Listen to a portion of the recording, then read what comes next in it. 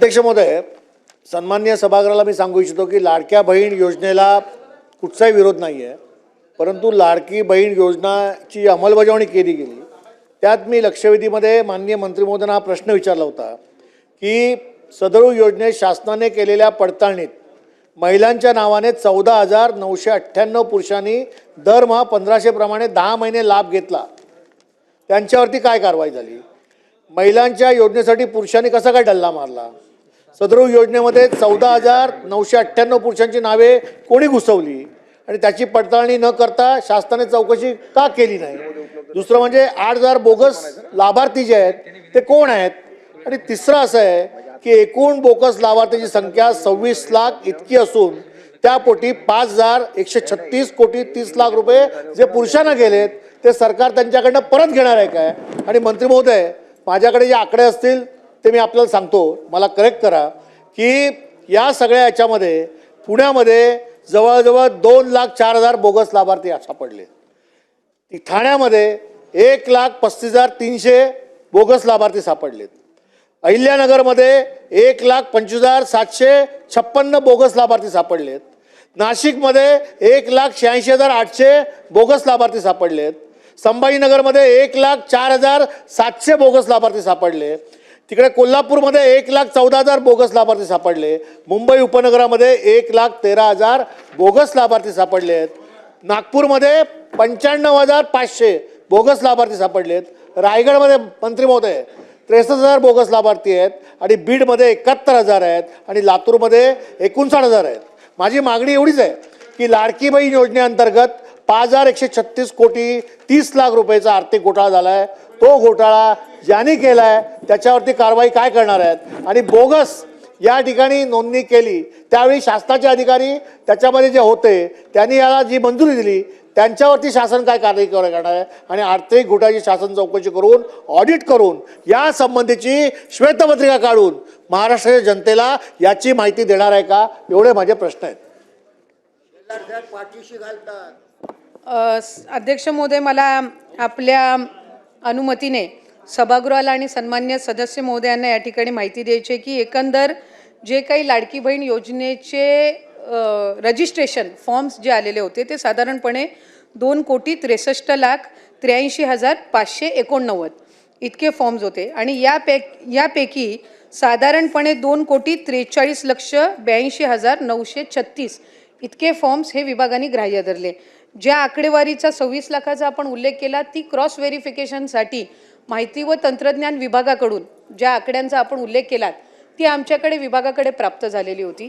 साधारणपणे महिला व बालविकास विभाग म्हणून आणि सर्वच सन्मान्य समोर बसलेले वरिष्ठ सदस्य आहेत, अनेक वर्ष त्यांनी सुद्धा मंत्रिमंडळामध्ये वेगवेगळ्या खात्यांमध्ये काम केलेलं आहे. एखादा विभाग ज्या वेळेला एखादी योजना आणतो त्यावेळेला दुसऱ्या विभागाच्या डेटाचा त्यांच्याकडे ॲक्सेस नसतो, तो आपल्याला त्या विभागाकडून मागवायला लागतो. उदाहरणार्थ मुख्यमंत्री लाडकी बहीण योजना ही महिला व बालविकास विभागाकडून राबवली जाते. नमो शेतकरी योजनेचे जे लाभार्थी आहेत यांचा लाभाचा डेटा जो आहे तो कृषी विभागाकडे असतो. तो आम्हाला साधारणपणे जानेवारी महिन्यामध्ये प्राप्त झाला आणि त्याच्यात आम्हाला लक्षात आलं की नमो शेतकरी आणि लाडकी बहीण योजनेचे काही कॉमन लाभार्थी आहेत. मग त्याच्यामध्ये त्यांना 1,000 नमो शेतकरीचा लाभ मिळतो आणि वर्षे 500 जे आहेत ते लाडकी बहीण योजनेतनं मिळतात. तसंच माहिती व तंत्रज्ञान विभाग असेल, शालेय शिक्षण विभाग असेल, अन्न व नागरी पुरवठा विभाग असेल, अशा वेगवेगळ्या विभागांकडे या संदर्भातली माहिती महिला व बालविकास विभागानेच मागितलेली होती. त्यानुसार माहिती व तंत्रज्ञान विभागाने साधारणपणे 26 लाखाचा डेटा दिला जो आपण या ठिकाणी आत्ता सभागृहासमोर मांडला.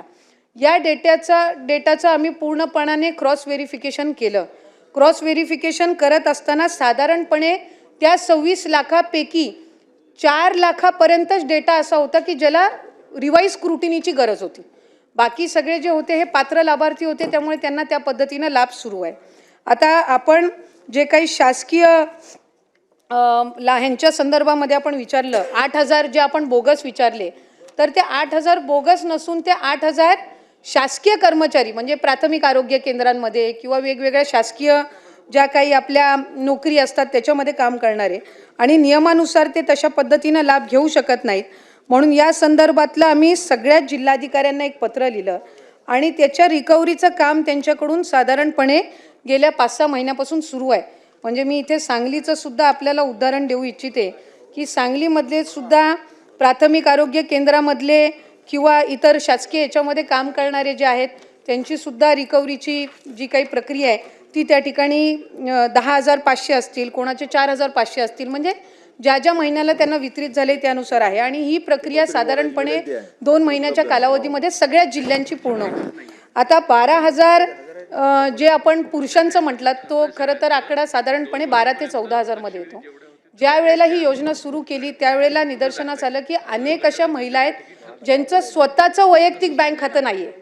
त्यांचा आधार कार्डला त्यांच्या घरातला जो पुरुष असेल, मग वडील असेल, भाऊ असेल किंवा पती असतील, यांच्या अकाउंटवर ते शासकीय योजनांच्या वेगवेगळ्या लाभ घेतात. म्हणजे लाडकी बहीणच नाही पण ह्या व्यतिरिक्त सुद्धा बहुतांशी योजनांचा लाभ हे त्यांच्या घरातले जे पुरुष आहेत त्यांच्या खात्यावरती घेतात. त्यांचं स्वतःचं स्वतंत्र खातं नसल्यामुळे त्यांच्या आधार कार्डला सुद्धा अनेक पुरुषांचे म्हणजे घरातल्याच पुरुषांचे अकाउंट हे त्यांनी लाभासाठी दिलेले होते. त्यामुळे त्या संदर्भातलं सुद्धा क्रॉस व्हेरिफिकेशन हे आम्ही साधारणपणे केलं आणि त्याच्यामध्ये कुठलीही पात्र महिला लाभापासून वंचित राहता कामा नये या दृष्टिकोनातून ही पावलं उचलत असताना ती 12-13 हजार एकदम आपण वगळून जर त्याच्यातल्या खरंच लाभार्थी आहेत पण त्यांची बँकचं खातं नाही म्हणून घरातल्या पुरुषाचं त्यांनी खातं दिलेलं आहे, यामुळे ते लाभापासून वंचित राहता कामा नये म्हणून त्या संदर्भातली आम्ही क्रॉस व्हेरिफिकेशनची जी प्रोसिजर आहे ही त्या ठिकाणी गेल्या 3-4 महिन्यापासून राबवली. त्याच्यात बऱ्यापैकी अशाही केसेस आम्हाला आढळल्या की त्या खरंच बेनिफिशरी आहेत पण त्यांची अकाउंट त्यावेळेला नसल्यामुळे त्यांच्या घरातल्या यांचे त्यांनी त्या पद्धतीनं दिलेल्या आहेत. त्यामुळे अशा पद्धतीनं प्रक्रिया करत असताना KYC जे आपण सुरू केलं याला साधारणपणे आम्हाला 8 ते 9 महिन्याचा कालावधी ती KYC प्रक्रिया ज्याच्यात 13 बाबी पूर्ण कराव्या लागतात मग ती प्रक्रिया आपल्याला सुरू करता येत असते. तर ती आम्ही सुरू केली आणि KYC झाल्यानंतर याच्यामध्ये आणखीन जो सुरळीतपणा आहे या सगळ्या सबंध लाभार्थ्यांच्या संख्येमध्ये तो आपल्याला पाहायला मिळतो. सन्माननीय सदस्य जयंत पाटील साहेब.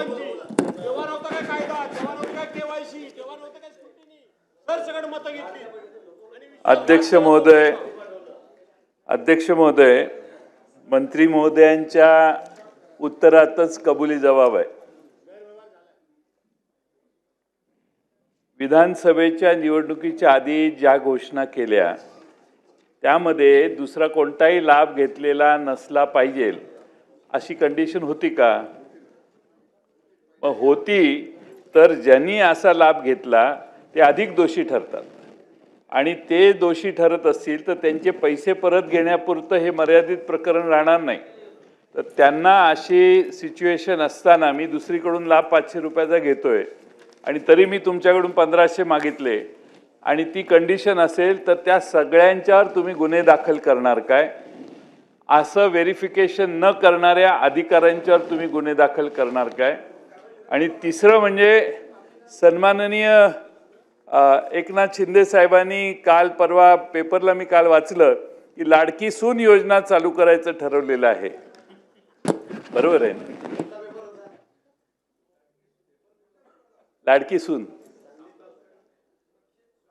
सुरक्षित सून, सॉरी मी लाडकी आता लाडकं काय इलेक्शन असल्यामुळे लाडकं काय करायची गरज नाही.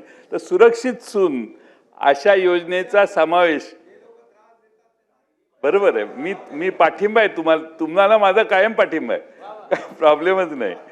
त्यामुळं अशी नवी योजना करण्याच्या आधी अशा कंडिशन्स करा. पण पहिला प्रश्न माझा जो आहे की ज्यांनी असा चुकीचे फायदे घेतले, पुरुषांची नावं देऊन तुम्ही आता काय म्हणताय KYC करतोय, KYC त्यांना अप्रूव्ह करण्याच्या आधीच तुम्ही करायला पाहिजे होतं. KYC आत्ता करायला लागला म्हणजे का? तर तुम्हाला योजना जड जायला लागली, तुम्हाला ही योजना कमी करायची आहे, तुम्हाला खर्च कमी करायचा आहे, त्यामुळे तुम्ही हुडकायला लागल्या की कुणी डुप्लिकेशन झाले, कुणी जादा बेनिफिट घेतले आहेत, कसे करायला लागले. तुम्हाला हे ज्या कंडिशन्स आहेत त्या नंतर आठवलेल्या आहेत, हे मुक्तपणाने आता मान्य करा आणि आपण आता नक्की कोणतं धोरण स्वीकारणार आहात आणि या सर्वांवर तुम्ही गुन्हे दाखल करणार का याचं उत्तर द्या. जयंत पाटील साहेबांनी या ठिकाणी ज्या बाबींचा म्हणजे उल्लेख या ठिकाणी केला, मी सर्वात पहिला जो लाडकी बहीण योजनेचा शासन निर्णय काढला त्यामध्येच या सगळ्या बाबी समाविष्ट केलेल्या होत्या. आणि साधारणपणे मी आपल्याला पुन्हा एकदा सभागृहाला माहिती देऊ इच्छिते की टोटल रजिस्ट्रेशन जे आलेलं होतं ते 2,63,83,000 होतं. त्यापैकी 2,43,42,936 म्हणजे जवळपास 20-22 लाख जे रजिस्ट्रेशन फॉर्म्स होते हे त्यावेळेला सुद्धा त्याचं रेक्टिफिकेशन झालेलं होतं. नाहीतर पहिल्याच ह्याला 2,63,00,000च लाभार्थी असते, ते 2,43,00,000 होते, म्हणजे 2.43 होते. म्हणजे व्हेरिफिकेशनची प्रोसिजर ही सुरू असताना साधारणपणे ऑक्टोबर, नोव्हेंबर, डिसेंबरच्या कालावधीमध्ये, आचारसंहितेच्या कालावधीमध्ये पूर्ण स्क्रुटिनीची जी प्रोसिजर आहे ही त्या ठिकाणी स्थगित होती. आणि त्याच्यानंतर जानेवारी महिन्यामध्ये ज्या वेळेला सगळ्या विभागांना आम्ही त्या संदर्भातलं, खरं तर ऑक्टोबर महिन्यामध्येच त्या संदर्भातलं सगळ्या विभागांना पत्र आम्ही क्रॉस व्हेरिफिकेशन डेटासाठी दिलं होतं. कारण इतर विभागांचा डेटा हा आपण ॲक्सेस करू शकत नसतो एखादं डिपार्टमेंट. तर त्या ह्याच्यामध्ये जानेवारीमध्ये जशी त्यांच्याकडनं हा सगळा डेटा प्राप्त होत गेला त्या पद्धतीने याच्यामध्ये सुधारणाही केली गेली. आणि दुसरी महत्त्वाची गोष्ट म्हणजे जी KYCची प्रक्रिया आहे, साधारणपणे KYCची प्रक्रिया डायरेक्ट DBT योजना ज्या वेगवेगळ्या खात्याकडून राबवल्या जातात ह्या सगळ्यामध्येच KYCचं धोरण हे घेतलं जात असतं. पण ते घेत असताना काही 13-14 बाबींची त्याच्यामध्ये पूर्तता कॉम्प्लायन्स करावे लागत असतात. त्या दृष्टिकोनातून हा 7-8 महिन्याचा कालावधी जरी लागला तरी ज्या विभागाकडून आम्हाला जानेवारी महिन्यापासून डेटा मिळाला त्या पद्धतीनं त्याचं क्रॉस व्हेरिफिकेशनची सुरुवात केली. आजही KYC प्रक्रिया करत असताना 31 डिसेंबरपर्यंत त्याची शेवटची मुदत आहे. पण साधारणपणे 2.25 कोटीपेक्षा अधिक महिलांची KYC झालेली आहे. म्हणजे पुढच्या 15-20 दिवसाच्या कालावधीमध्ये पण जी लाभार्थ्यांची संख्या आहे त्यांना KYC करण्याच्या संदर्भामध्ये निवडणुकीचा विषयच नाही. खरं तर सन्मान्य सदस्यांनी सुरुवातीलाच उल्लेख केला की लाडकी बहीण योजनेला विरोध नाही आहे. हा लाभ जो आहे हा माता भगिनींनाच मिळालेला आहे. काही ठिकाणी पहिल्यांदा लाडकी बहीणसारखी योजना ही महायुतीच्या सरकारने आणली, ती चांगल्या पद्धतीनं त्याचा लाभ हा पोचावा या दृष्टिकोनातून आम्ही काम करत आहोत. आणि मला सन्मान्य सदस्य महोदयांना सुद्धा, भास्करराव जाधव साहेब असतील आणि इतर सगळ्यांना सुद्धा सांगायचं आहे की या योजनेला 1 वर्षापेक्षा कमी कालावधी झालेला आहे आणि सर्वात जास्त लाभार्थी असणारी ही योजना, त्याच्यामुळे वर्षभराच्या कालावधीमध्ये याच्यामध्ये काही त्रुटी, सुधारणा ह्या सगळ्या बाबींवर आम्ही लक्ष केंद्रित करत आहोत. धन्यवाद. सन्मान्य सदस्य जयंत पाटील साहेब बोला, 2 मिनिटांमध्ये कन्क्लूड करा साहेब. सन्माननीय मंत्री महोदयांनी सांगितलं की KYC करायला बराच 13-14 कंडिशन्स असतात. या कोणत्याही कंडिशन्स या योजना ज्यावेळी जाहीर झाली त्यावेळी लावण्यात आल्या नाहीत. आता तुम्ही लावायला लागल्या. तुमच्या वेबसाईटवर जर बघितलं तर मागच्या महिन्यामध्ये 1,06,00,000 महिला एवढाच आकडा दिसत होता. आपलं म्हणणं असं असेल की आता 1,70,00,000 झालेले आहेत किंवा 75,00,000 झाले आहेत. म्हणजे जसं KYC होईल तसं चाललंय. त्यामुळं अर्थ खात्याच्या ते किती तुमचा आढावा घेतात मला माहीत नाही. पण अध्यक्ष महोदय, KYC उशिरा करणं, चुकीच्या लोकांना लाभार्थी देणं आमचा लाडक्या बहिणीला पाठिंबाच आहे. आमचा एकनाथ शिंदे नाही पाठिंबा आहे. काय प्रॉब्लेम नाही ना? बघा, त्यामुळं सगळ्यात राज्य सरकार तुमचं येण्यात फायदा झाला लाडक्या बहिणीचा. पण 1 नंबरचा आमचा माणूस 2 नंबरला जाऊन बसला, हा तोटा महाराष्ट्राचा मोठा झालेला आहे. त्यामुळं ह्या KYC व्यवस्थित केल्या नाहीत यासाठी तेव्हापासून ज्या मंत्री महोदय होत्या त्यांना जबाबदार धरलं पाहिजे. आणि हे सगळं जे झालेलं आहे ते माझं पूर्ण होऊ दे.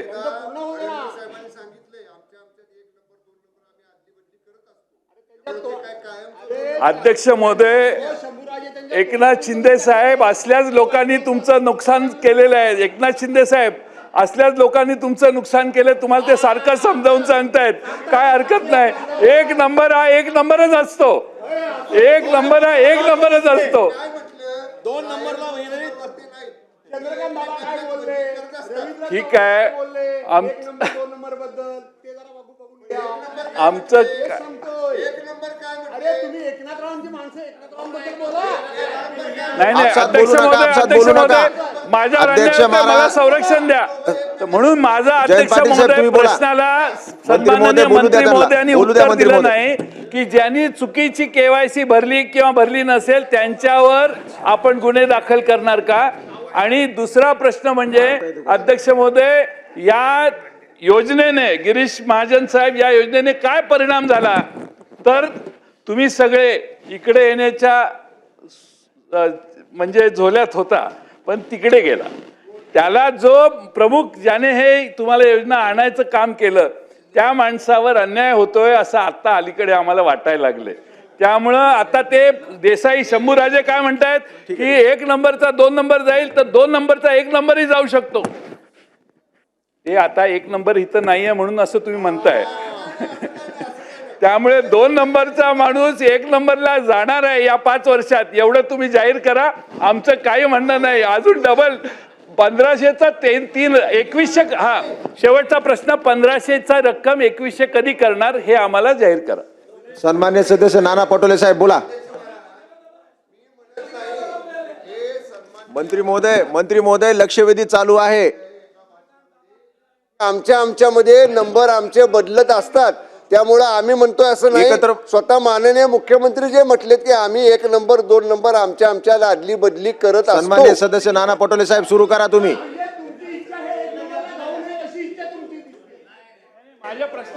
प्रश्नाचं उत्तर मंत्री महोदय मॅडम एकत्र देतील. अध्यक्ष महाराज, तुम्ही कोणाच्या बाजूने बोलताय? जयंतरावच्या प्रश्नाला उत्तर द्या. नाही माझ्या प्रश्नाला उत्तर दिलं नाही. दुसरा प्रश्न असा आहे की आपण दादा शेवटचा प्रश्न आहे. एक मे केसेस करणार का आणि 1500 रुपयाची आपण घोषणा शिंदे साहेबांनीच केलेली आहे 2100 रुपये करणार तर ते 2100 रुपये या आर्थिक वर्षात आपण करणार का पुढच्या आर्थिक वर्षात करणार. की बहीण योजनेचे ॲप्लिकेशन सर ज्याचा उल्लेख आपण आकडेवारीचा केला ॲपवर साधारणपणे 1,34,85,000 इतके ॲप्लिकेशन्स आहेत आणि पोर्टलवर ज्याचा आकडेवारीचा आपण उल्लेख केला ते 1,06,00,000 असं दोन्ही बायफर्केशननी हे 2,43,00,000 आहेत आणि ते आकडे आत्ताही आपल्याला ॲप आणि पोर्टलवर दोन्हीवरही आपल्याला हे पाहायला मिळतात. मी ह्याची कारण आपण रजिस्ट्रेशन करताना ज्यांना ॲप सोयीस्कर पडतो त्यांना ॲप, ज्यांना पोर्टल सोयीस्कर पडतो त्यांना पोर्टल अशा पद्धतीनं आपण दिलेलं आहे. मी साहेब या संदर्भातली आपल्याला सविस्तर माहिती ही त्या ठिकाणी ठेवते आणि त्याच्यामुळे लाभार्थ्यांची संख्या ही व्यवस्थित रजिस्टर्ड पद्धतीनं आहे. दुसरी महत्त्वाची गोष्ट म्हणजे जी काही रिकव्हरीची प्रक्रिया आहे ज्या सरकारी कर्मचाऱ्यांनी त्या ठिकाणी लाभ घेतलेला आहे ती 2 महिन्याच्या आत पूर्ण केली जाईल. 12,000 का 12,500 जे पुरुष लाभार्थी सुद्धा जे दाखवण्यात आलेले आहेत स्क्रुटिनीमध्ये त्या संदर्भामध्ये सुद्धा क्रॉस व्हेरिफिकेशन करून त्याच्यातले किती जेन्युइन बेनिफिशरीज आहेत किती फेक बेनिफिशरीज आहेत या संदर्भातली हे करून त्या संदर्भातली चौकशी करून त्यांच्यावर कडक कारवाई केली जाईल. महाराज, लाडकी बहीणची चर्चा काल कुठलंही कारण नसताना मुख्यमंत्र्यांनी या सभागृहात उपस्थित केली. आज योगायोगाने लक्षवेधी लागली. अध्यक्ष महाराज, माझा स्पेसिफिक प्रश्न अध्यक्ष महाराज आणि ज्यांनी सुरू केलेली होती ते सभागृहात आहेतच एकनाथ शिंदे साहेब. माझा प्रश्न एवढाच आहे की आपण जेव्हा योजना जाहीर केली त्यावेळेस आपण सांगितलं जेवढे काही अर्ज भरले जातील त्या सगळ्या अर्जाला आम्ही 1500 रुपये लाडक्या बहिणीला आम्ही निधी उपलब्ध करून देऊ असं आपण केलं. आम्हाला आनंद झाला, काही आम्हाला अडचण नाही. मग तुम्ही 2100 जाहीर केलं त्याचाही आनंद झाला. पण माझा एक स्पेसिफिक प्रश्न असा आहे की निवडणुकीच्या ऐन तोंडावर तुम्ही ही ज्या पद्धतीची घोषणा केली कुठलाही नियम न पाहता या पद्धतीनं जे काही आता याच्यामध्ये अफरातफर झाली असं तुम्हीच मान्य करताय. मग अफरातफर झाली, योजना तुम्ही सुरू केली तर गुन्हे दाखल करायची जी भूमिका आहे ती त्या लोकांवर करायची का तुमच्यावर करायची हा एक प्रश्न आहे. एक तुम्ही 2100 करणार का दुसरा प्रश्न. आणि तुमची ॲप आणि पोर्टल याच्यामध्ये हे आकडे फरक का दिसतात. म्हणजे ही योजना जशी ज्या उद्देशाने तुम्ही सुरू केली जी गडबड तुम्ही लोकांनी केली ती आता ॲप आणि पोर्टलमध्ये आपल्याला पाहायला मिळते आहे. भाई या योजनेमधले लाभार्थी नेमके कोण आहेत ते पण कळायला पाहिजे. नाही नाही, उत्तर द्या ना, देऊ द्या ना. या सुरुवात म्हणजे चुकीची माहिती रेकॉर्डवर जाऊ नये म्हणून मी एक क्लेरिफाय करते. लाडकी बहीण योजनेचे फॉर्म घेत असताना आपण ऑफलाईन, आपण ॲप, आपण पोर्टल असे वेगवेगळे माध्यमं लाभार्थ्यांसाठी उपलब्ध करून दिले होते आणि म्हणून त्याच्यामध्ये ॲप आणि पोर्टल हे दोन्हीही प्लॅटफॉर्म्स आहेत. आणि हे दोन्ही प्लॅटफॉर्म्स असताना जे ऑफलाईन फॉर्म पण जे अंगणवाडी सेविका असतील, आशा सेविका आहेत, तिथले ग्रामसेवक आहेत, वेगवेगळी जे सरकारी यंत्रणा आहे यांना सुद्धा आपण तिथं लाभार्थ्यांना सोयीस्कर पडावं रजिस्ट्रेशनसाठी त्या दृष्टिकोनातून आपण हे केलेलं आहे. आणि KYC साधारणपणे 1,74,00,000 महिलांपेक्षा जास्ती महिलांची झालेली आहे. हे मी ऑन रेकॉर्ड आपल्याला इथे सांगत आहे. 31 डिसेंबरपर्यंत त्याची मुदत आहे आणि त्याच्यामुळे कुठेही या संदर्भामध्ये रजिस्ट्रेशन करत असताना वेगवेगळे प्लॅटफॉर्म्स आपण त्यांच्यासाठी रजिस्ट्रेशनसाठी उपलब्ध करून देत असताना कुठल्याही लाभार्थ्यांच्या आकडेवारीची कुठल्याही गोष्टीची इथं गडबड किंवा कुठल्याही पद्धतीचे याच्यामध्ये दुर्लक्ष झालेलं नाही. ठीक आहे. सन्मान्य सदस्य हारून खान.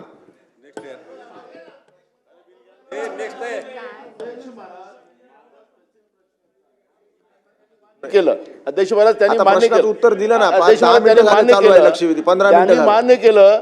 आशा वर्कर, अंगणवाडी सेविका, ग्रामसेवक आम्ही सगळ्यांना कामाला लावलं. यांनी टार्गेट दिलं होतं अध्यक्ष महाराज त्यावेळेस, एवढे फॉर्म भरलेच पाहिजे आणि त्या पद्धतीने त्यांनी फॉर्म भरलेत आणि बोगस भरले. तुम्ही टार्गेट दिलेलं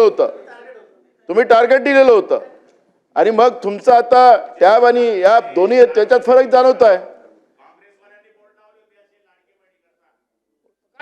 आम्ही काय तुम्हाला मदत केली ना, पण तुम्ही सरकारच्या योजना आम्ही त्याचं समर्थन केलेलं आहे.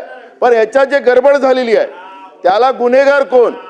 आखरी हे जनतेचे पैसे आहेत. तुम्ही मालक नाही आहात. जनतेच्या पैशाचा हिशोब द्यावा लागेल तुम्हाला. अजून सांगायचंय की या रजिस्ट्रेशनमध्ये कुठल्याही पद्धतीची गडबड किंवा कुठल्याही पद्धतीचे 2 आपण त्यांना माध्यमं उपलब्ध करून दिले होते. प्रत्येक योजनेमध्ये असतात ॲप आणि पोर्टल. ऑनलाईन पद्धतीनं रजिस्ट्रेशन करत असताना 2 माध्यमं ही सगळ्या स्कीममध्ये दिले जातात. आपण इतरही स्कीममध्ये तपासलेत तरी त्या पद्धतीनं आहे. आणि लाभार्थ्यांची संख्या ही सुरुवातीपासून 2-2.5-3 कोटीच्या संख्येमध्येच आहे. त्याच्यामुळे या संदर्भातला आता नव्याने काही आपण त्याबद्दल कॉन्ट्रोवर्सी तयार करून किंवा लाडक्या बहिणींच्या योजनेला आणखीन बदनाम करण्याच्या दृष्टिकोनातून काही वेगळे विषय इथे काढू नये आणि रेकॉर्डवर काही चुकीचं येऊ नये अशीच माझी सभागृहाला विनंती आहे.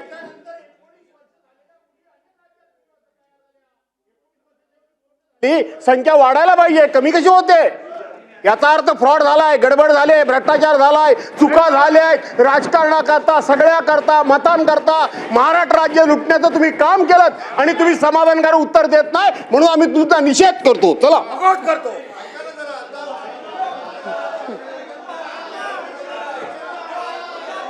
चला. अध्यक्ष नाना तुम्हाला ऐकायचंय ना? लक्षवेधी 7 आणि 8. एक मिनिट. लक्षवेधी 7 आणि 8 पुढे ढकलण्यात येत आहे. अध्यक्ष महोदय आता आपण विधेयक घेऊ. बिल थांबा अध्यक्ष. थांबा 1 मिनिट. राज्याचे अरे बाबा. उपमुख्यमंत्री शिंदे साहेब काय बोलतायत? लक्षवेधी संदर्भात, लाडक्या बहिणीच्या संदर्भात नाना आपल्या आदिती तटकरे यांनी व्यवस्थित उत्तर दिलं. ऐका ना. अरे तुम्ही ही योजना जेव्हा सुरू केली तेव्हा ती, आता तुम्ही म्हणताय लाडक्या बहिणीवर अन्याय होतोय, तुम्ही योजना बंद करण्यासाठी कोण गेलं वडपल्लीवर कोर्टामध्ये? कोण गेलं? बघा वडपल्लीवर कोणाचा समर्थक होता? अनिल वडपल्लीवर. अध्यक्ष महोदय यांनी योजना बंद व्हावी म्हणून कोर्टात गेले आणि ते नानाचा माणूस होता वडपल्लीवर. आणि या ठिकाणी बसा ऐका, सत्य ऐका जरा. आणि म्हणून आम्ही जी योजना सुरू केली त्या योजनेमध्ये बिलकुल कुठल्याही परिस्थिती आम्ही चांगल्या भावनेने भूमिकेत ही योजना सुरू केली. त्यावेळेस तुम्हाला वाटलं हे फक्त निवडणुकीपुरती घोषणा आहे. तुम्ही चुनावी जुमला म्हणाले नाना, तुम्ही म्हणाले ही फसवी घोषणा आहे. तुम्ही एवढ्यावर थांबले नाही, तुम्ही हायकोर्टात पाठवलं. हायकोर्टाने पण एक चपराक दिली, त्याला पाठवून दिलं परत. आणि तरीसुद्धा आम्ही या ठिकाणी त्या लाडक्या बहीण योजनेचे पैसे नाना जमा केले त्याच्यामध्ये. तुम्हाला वाटलं आता आचारसंहितेत पण पैसे बंद होतील, तर आचारसंहितेचे पण ॲडव्हान्स पैसे आम्ही टाकले. आम्ही पण बरोबर डोकं लावून काम केलं, लाडक्या बहिणींना पैसे मिळाले पाहिजे म्हणून. आणि लाडक्या बहिणींनी तुमचा टांगा पलटी केला आणि पार असं लँडस्लाईड मॅन्डेट दिलं की म्हणून आता बघा, आदितीने जे उत्तर दिलं आमच्या मंत्री महोदयांनी, अतिशय स्पेसिफिक प्रश्नांना उत्तर दिलं आहे. आणि तुम्हाला सांगतो, कुठल्याही परिस्थितीमध्ये लाडकी बहीण योजना तुम्हाला वाटतं कमी होईल, बंद होईल, मी सांगतो तुम्हाला, लाडकी बहीण योजना कधीही बंद होणार नाही.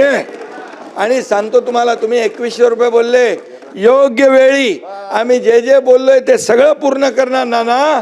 कारण लाडक्या बहिणींमुळे तुम्ही जे जे नाही, लाडक्या तुम्ही खोडा घालायला प्रयत्न केला की नाही, लाडक्या बहिणीने चांगला जोडा दाखवला की नाही, लाडक्या बहिणीने काय चांगला जोडा दाखवला की नाही, विधानसभेत दाखवला की नाही. आणि म्हणून आता नाना एकच आहे, तुम्ही लाडक्या बहिणींच्या विरोधात कधी बोलू नका, बिलकुल.